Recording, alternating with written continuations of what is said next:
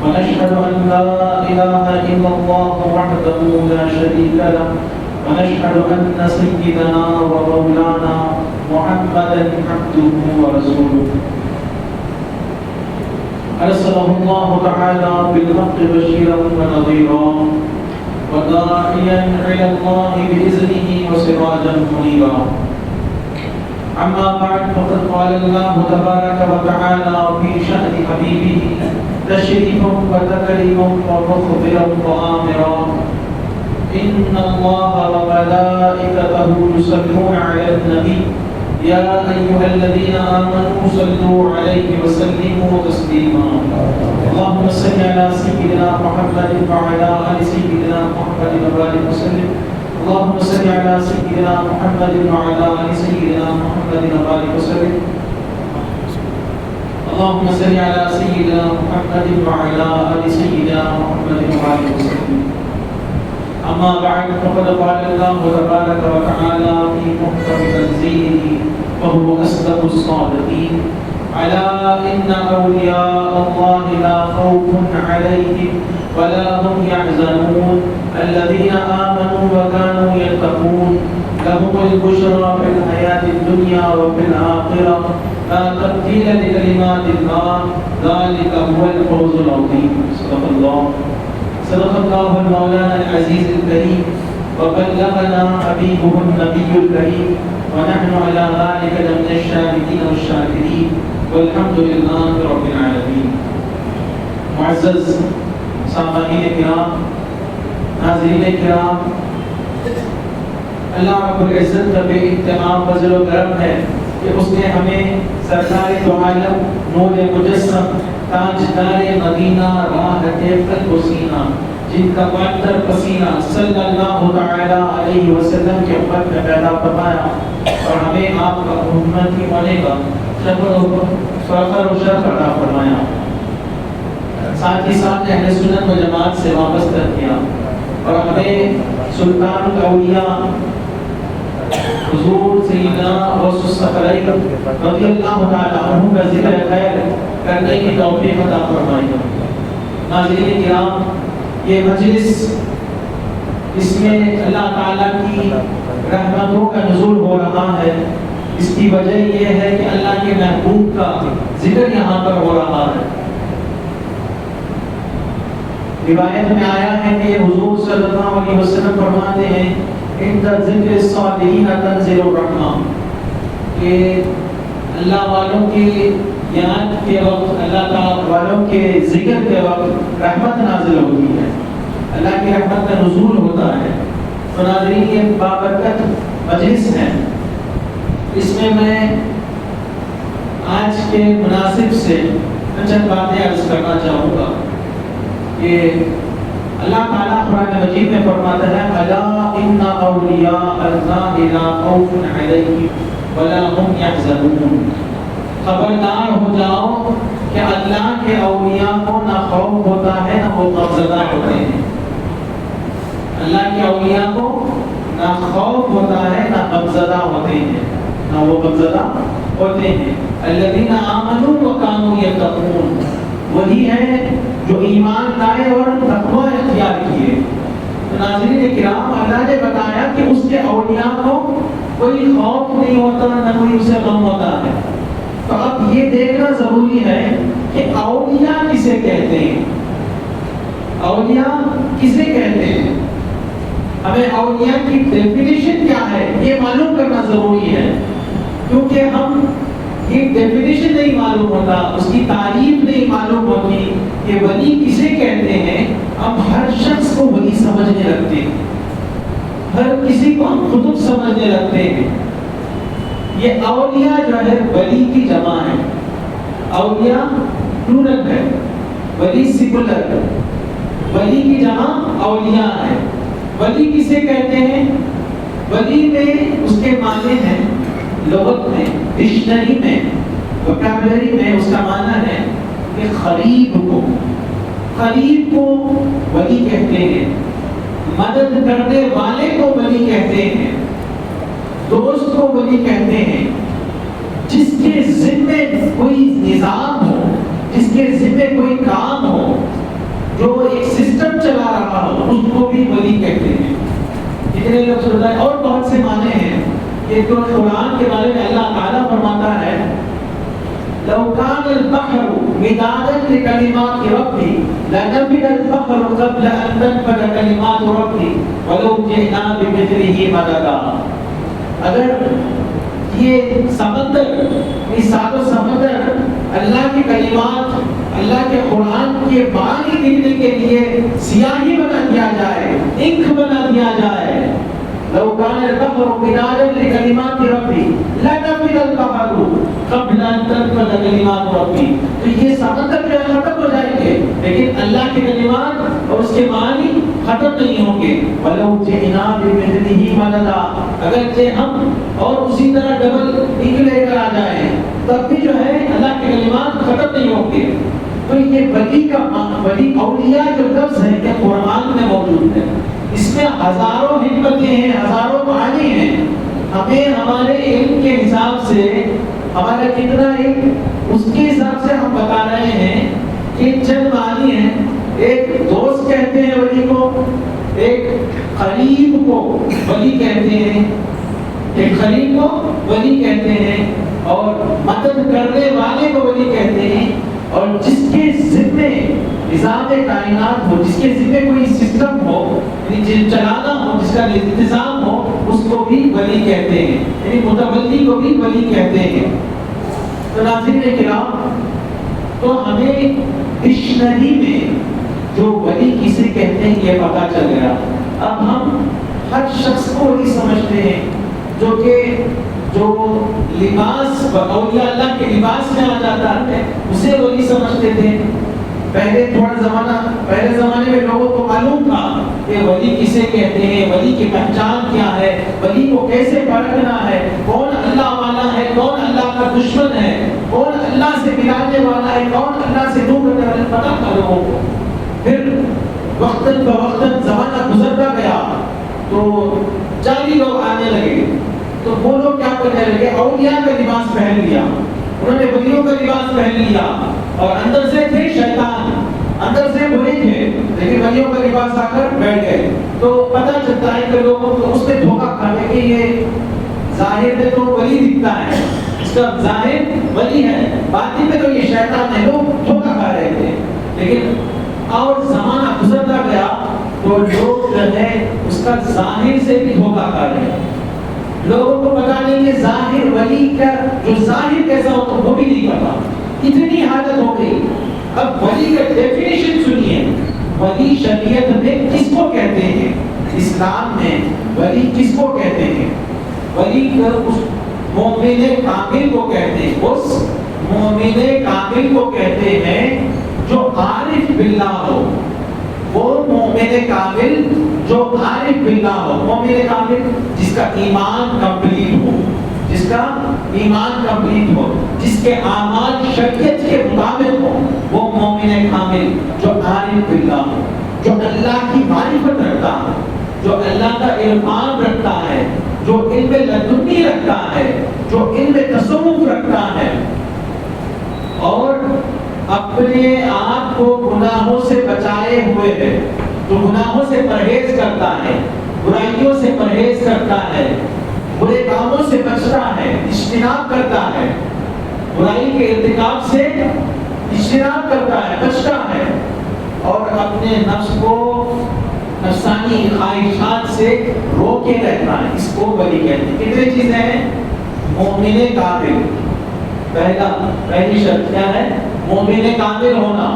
دوسرا عارف باللہ ہونا, اللہ کا عرفان ہونا, عرفان کہتے ہیں پہچان, اس کو معرفت ہونا, اللہ کی معرفت ہونا. تیسرا کیا ہے؟ گناہوں سے بچنا, گناہوں سے بچنا اور عبادات میں لگا رہنا, عبادات میں لگا رہنا. اور پانچواں ہے اپنے آپ کو خواہشات سے بچانا, اپنے آپ کو خواہشات سے بچانا. کتنے ہو گئے؟ مومن کامل, عارف باللہ, عبادات میں وقت گزارنے والا, گناہوں سے بچنے والا, اپنے نفس کو اس کی خواہشات سے بچانے والا ولی ہوتا ہے. آج اب ہر کسی کو ولی سمجھتے ہیں, جس کا ظاہر بھی ولیوں کی طرح نہیں, نہ باقی ولیوں کی طرح ہے, سب کو ولی سمجھ بیٹھے ہیں. جگہ جگہ پر جو ہے ویڈیو آ رہے ہیں, وائبریٹ ہو گیا, استغفر اللہ, کیا مانا, نئے نئے جو ولی کے علماء کے بھیس میں, اولیاء اللہ کے بھیس میں آ رہے ہیں, اور اس میں بھی وہ غلطی کرتے, کیونکہ علم نہیں ہے ہمیں کہ اولیاء اللہ کا بھیس, اس کا لباس کیا ہوتا ہے, ان کا ظاہر کس طرح رہتا ہے, اس کا بھی علم نہیں ہے. لیکن وہ جو ہے ان کو ولی دکھاتے ہیں. وہ ولی نہیں, وہ یلی ہے, وہ شیطان ہے. وہ لوگ جو ہے شریعت کی خلاف ورزی کرتے ہیں, 5 انگوٹیاں پہن لیے, دونوں ہاتھ میں ادھر 5 ادھر 5. شریعت صرف ایک انگوٹی کی اجازت دیتی ہے, انگوٹیاں کر لیے. بال کاندھے سے نیچے عورتوں کی طرح بالیں رکھتے ہیں, بال رکھتے ہیں, کاندھوں سے نیچے بال رکھنا حرام ہے. ایک مرد کو کاندھوں سے نیچے بال رکھنا, لٹکانا حرام ہے, حرام, سخت حرام ہے. حضور اکرم نور مجسم صلی اللہ علیہ وسلم نے فرمایا, لعن اللہ المتشبہین بالنساء والمتشبہات بالرجال. اللہ تعالیٰ نے ان مردوں پر لعنت بھیجی ہے جس نے عورتوں کی مشابہت اختیار کرتا ہے, اور ان عورتوں پر اللہ لعنت فرماتا ہے جو مردوں کی مشابہت اختیار کرتا ہے. آج وہ لوگ کیا کر رہے ہیں؟ کاندھے سے نیچے بال, ناجائز ہے. لیکن ہم کیا سمجھ بیٹھے, ہمیں علم نہیں, ہم اپنے بچوں کو مدرسوں کو بھیجتے نہیں, ہمیں پتہ نہیں. کیا سمجھ گئے؟ اولیاء اللہ سمجھ گئے, ولی سمجھ گئے, اللہ کا ولی سمجھ گئے. کیوں؟ کیونکہ وہ جو ہے ٹرک سکھاتے ہیں, کسی کو بھی اٹھا کر بٹھا دیتے ہیں, کسی کو بھی ٹھیک کر دیتے ہیں. اگر یہی ٹھیک کرنا, یعنی کسی کو جو ہے خارج عادت, خلاف عادت چیز دکھانا ہی ولایت ہے, اللہ کی دوستی ہے, اللہ کا قرب ہے, تو یہ پی سی سرکار, آپ کو معلوم ہے پی سی سرکار کون ہے؟ ایک میجیشین ہے. وہ تو اللہ کا بہت بڑا ولی ہوگا, نہیں, اللہ کا بہت بڑا ولی ہونا وہ, کیونکہ وہ لوگوں کو چبھاتا ہے, کچھ نہیں ہوتا, کہیں سے کبوتر نکال دیتا ہے, کہیں سے کچھ کر دیتا ہے. وہ تو اللہ کا بڑا ولی ہونا چاہیے. ولایت کرامت کی شرط نہیں, ولایت کے لیے کرامت شرط نہیں ہے. ولایت کے لیے شرط کیا ہے؟ اللہ کا دوست بننے کے لیے کیا شرط ہے, کیا کمپلسری ہے, کیا ضروری ہے, ہمیں نہیں معلوم. اللہ کا دوست بننے کے لیے یہ کرامتیں سکھانا, خالق کے عادات کا دکھانا شرط نہیں ہے. یعنی کوئی ہوا میں اڑنے لگے یہ ولی ہو, یہ ضروری نہیں. خواجہ غریب نواز علیہ الرحمہ کے زمانے میں وہ جادوگر اجے پال, وہ جو ہے ہوا میں اڑنے لگا. غریب نواز نے کیا کیا, اس کو چپل کو کہا کہ نالے کو کہا کہ جا, تو وہ جادوگر سے مار کے نیچے لے کر آئے. تو وہ اجے پال کے اللہ کا ولی ہے, کیونکہ اس کے خلاف کا کام دکھا رہا ہے. معلوم ہوا خلاف عادت کام دکھانا، ایک میجک دکھانا، ایک میراکل دکھانا، ایک کرامت دکھانا، یہ ولی ہونے کی شرط نہیں ہے. ولی ہونے کی شرط ہے علم ہونا. اسی لیے شرط میں پہلے کیا بتایا گیا؟ اللہ کا ولی ہونے کے لیے مومن کامل ہو اور عارف باللہ ہو، اللہ کا علم رکھتا ہو، شریعت کا علم رکھتا ہو. حضور اکرم نور مجسم صلی اللہ علیہ وسلم فرماتے ہیں مَتَّخَذَ اللَّهُ وَلِيًّا جَاهِلًا قَطُّ وَلَوِ اتَّخَذَهُ لَعَلَّمَهُ. اللہ تعالیٰ نے کسی جاہل کو ولی نہیں بنایا، کسی جاہل کو ولی نہیں بنایا، اپنا دوست نہیں بنایا، اپنا محبوب نہیں بنایا، اپنا قرب اسے عطا نہیں کیا، ہر چیز نہیں عطا کیا. اگر کسی جاہل کو اللہ ولی بنانا چاہتا ہے، اللہ ولی بنانے کا ارادہ فرماتا ہے، تو پہلے اسے علم سے سرفراز کرتا ہے، علم دین، علم شریعت، علم طریقت سے سرفراز کرتا ہے، اس کے بعد اس کو ولی بناتا ہے. ناظرین کرام، اب ہمیں پتہ چلا نا کہ ولی ہونے کے لیے کیا شرط ہے؟ ایمان کامل ہونا اور عارف باللہ ہونا. اس کے بعد مسلسل عبادتوں میں لگا رہنا، نمازوں کی پابندی کرنا، نمازوں کی پابندی کرنا اور گناہوں سے بچنا. اس کے بعد ہے اپنے نفسانی خواہشات سے بچنا. یہ ہے ولی کی تعریف. اگر ہمیں کوئی دکھائی دے کہ وہ جو ہے غلام بابا بن گئے، غلام کوئی بابا بن کر جو ہے بیٹھے ہیں، کہیں ان کی شہرت ہو رہی ہے کہ ان سے یہ کرامت ظاہر ہو گئی، وہ کرامت ظاہر ہو گئی، تو ہرگز نہیں مانی ہے. پہلے ان کو جانچنا چاہیے، پرکھنا چاہیے، شریعت کی کسوٹی پر دیکھنا چاہیے کہ یہ قرآن اور سنت کے مطابق ہے یا نہیں ہے. قرآن اور سنت کے مطابق ہے تو اسے ولی مانو. اگر قرآن اور سنت کے مطابق نہیں ہے، قرآن اور حدیث کے مطابق نہیں ہے، وہ ولی نہیں، وہ شیطان. ناظرین کرام، لوگ بات کر رہے ہیں کانوں سے نیچے، ہم ان کو ولی سمجھے ہوئے. نمازوں کی پابندی نہیں، نماز پڑھ رہے ہیں تو یہ جو ہے مزے میں بیٹھے، نماز نہیں ہے تو یہ ولی نہیں ہے، یہ اللہ کا دشمن ہے، یہ شیطان ہے. یہ حضور صلی اللہ علیہ وسلم جو اللہ کے اتنے محبوب، آپ سے بڑھ کر کوئی کسی کو اللہ چاہتا نہیں ہے، ویسے محبوب ہو کر انہیں کبھی نماز معاف نہیں، کبھی نماز آپ نے نہیں چھوڑی، تو اس کو کیسے نماز معاف ہو سکتی ہے؟ تو یاد رکھیں ولی کی پہچان یہ ہے کہ عبادت میں لگا رہے. دوسری پہچان گناہوں سے بچا رہے. یہ آ رہا ہے، عورت آ رہی ہے، عورت کے سر پہ ہاتھ، کیا انہوں نیک بن گئے، بڑے نیک بن گئے. رسول اللہ صلی اللہ علیہ وسلم نے کبھی کسی نامحرم عورت کو ہاتھ نہیں لگایا، تو اس کا کیسے جو ہے یہ نہیں بن سکتا ہوتا کہ اس کے دل کو جو ہے گناہ کی جو ہے ہوا نہیں لگتی. نامحرم کے سر پر ہاتھ لگا رہا ہے، یہ کہہ رہا ہے کہ ولی ہے. تو دیکھیں کوئی عورتوں کو ہاتھ لگا رہا ہے، عورتوں کو بٹھا رہا ہے، ان کے مسافہ کرنا سمجھ جانا یہ ولی نہیں ہے. پھر گناہوں سے بچنا یہ مین ہے، کئی گناہوں میں ملوث ہے. اس کے بعد اولیاء اللہ کی یہ بھی صفت ہے، یہاں تک بھی ولی کی صفت ہے. یہ ایکسٹرا اور جو ہے ولی کامل اور جو ہے صفت یہ ہے کہ جو نفس کی خواہشات ہوتی اس کو ترک کر دیتے. ہم ولی سمجھتے ہوتے کہ میرے لیے روز کا استعمال ہونا، ہمارے لیے یہ کار آئیں گے تو ہم آئیں گے، نہیں تو نہیں آئیں گے، وہ لے کر آؤ، بریانی ہونا، پائے ہونا. یہ اولیاء اللہ یہ چیز مانتے نہیں کبھی. اولیاء اللہ اپنی نفس کی خواہشات کو نہیں چاہتے، وہ تو یہ چاہتے ہیں کہ جو مل جائے وہ ٹھیک ہے.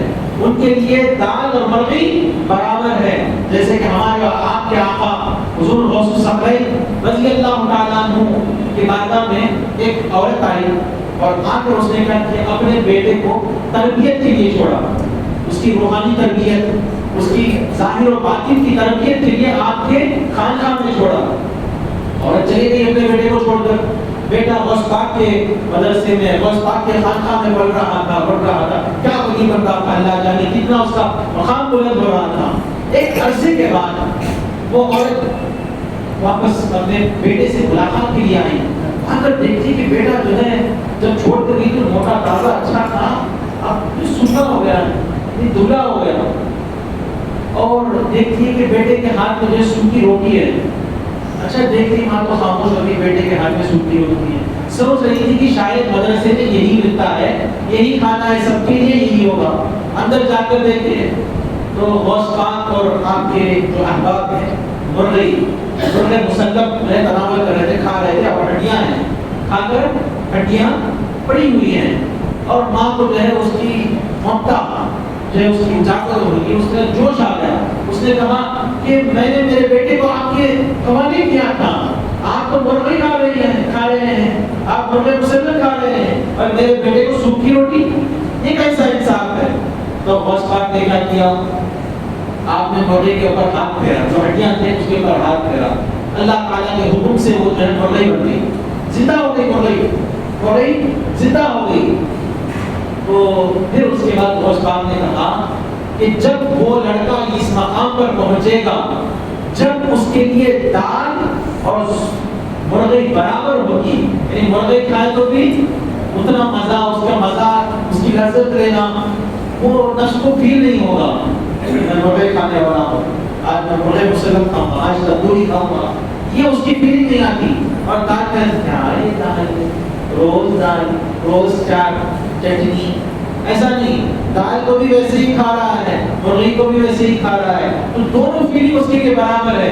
مرغی کو تو خوش ہو کر آ رہا ہے کہ آج مرغی کھائیں گے، آج ہم جو ہے عربی کو کھائیں گے، یہ وہ کہ مزہ آنا، منہ میں پانی آنا، یہ سب نہیں ہوتا، اور دال کے لیے بہت اداس ہو جانا، یہ سب جو ہے جب نفس کو لیے دونوں برابر ہو جائیں گے، دال کے لیے بھی ویسے ہی کھا رہا ہے، مرغی بھی ویسے ہی کھا رہا ہے، جب نفس اتنا اطمینان پر آ جائے گا تب جو ہے اس کے لیے مرغی کھانا ٹھیک ہے لڑکے کے لیے۔ تب تک اپنے نفس کی خواہش کو مارتے رہنا چاہیے، نفس کی خواہش کو مارتے رہنا چاہیے۔ ایک شاعر کہتے ہیں دنیا تخادعنی کأنی لست عارف حالها مدت الی یمینها فقطعتها وشمالها منع الإله حرامها وانا اجتنبت حلالها۔ دنیا، یہ جو دنیا ہے، یہ دنیا کی ردیدیاں ہیں، یہ دنیا مرغی، یہ سب جو دنیا ہے نا، دنیا تخادعنی کأنی لست عارف حالها، دنیا مجھے دھوکہ دیتی ہے، دنیا مجھے فریب میں ڈالتی ہے، دنیا مجھے چیٹ کرتی ہے، کأنی لست عارف حالها، گویا کہ میں اس کا حال نہیں سمجھتا، میں دنیا کے بارے میں نہیں جانتا، یہ سمجھ کر مجھے دھوکہ دے جا رہی ہے۔ مدت الیہ یمینہا، دنیا میرے سامنے اپنا سیدھا ہاتھ دکھائی، میرا سیدھا ہاتھ دکھائی، اس کا دنیا کا سیدھا ہاتھ دکھائی، فقطعتها وشمالها، دنیا کا سیدھا ہاتھ کیا ہے؟ دنیا کا سیدھا ہاتھ یہ گناہ ہے، یعنی شراب ہے، چوری ہے، زناکاری ہے، یہ عیش و عشرت ہے، یہ گنجا ہے، یہ بری چیزاں ہیں، سب کچھ دنیا ہے، دنیا کا سیدھا ہاتھ۔ مدت الیہ یمینہا، اس نے اپنا سیدھا ہاتھ مجھے دکھایا، فقطعتها، میں اسے کاٹ دیا، یعنی اس سے میں بچ گیا، یہ شرابی، یہ شراب سے، جھوٹے، یہ جھوٹ، یہ چغلی، یہ غیبت، ان سب سے برائیوں سے، ان حرام کاموں سے میں بچ گیا۔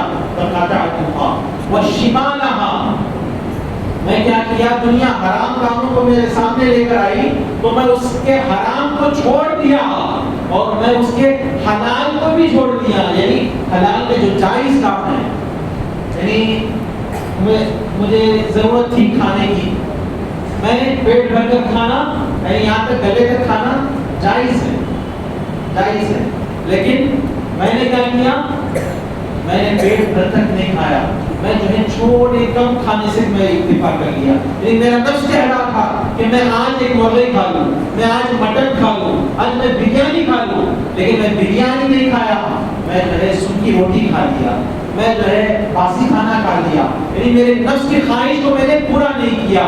فقطعت مدت الیہ یمینہا فقطعتها وشمالہا، تو یہ ہے غوث پاک فرمانے جب اس حالت پر پہنچ جائے گا تو اس کے لیے مرغی بھی برابر ہوگی، اس کے لیے مٹن بھی برابر ہوگا، دال چار سب برابر ہوگا، تب وہ کچھ بھی کھا سکتا ہے۔ تب تک تربیت کے لیے وہ سوکھے چیزاں جو نفس کو مار لگتے ہیں، اپنے خواہشات پر ضرب لگتے ہیں، وہ اسے کھانا اس کی پریکٹس ہے، اس کی ٹریننگ ہے، اسے ضروری ہے۔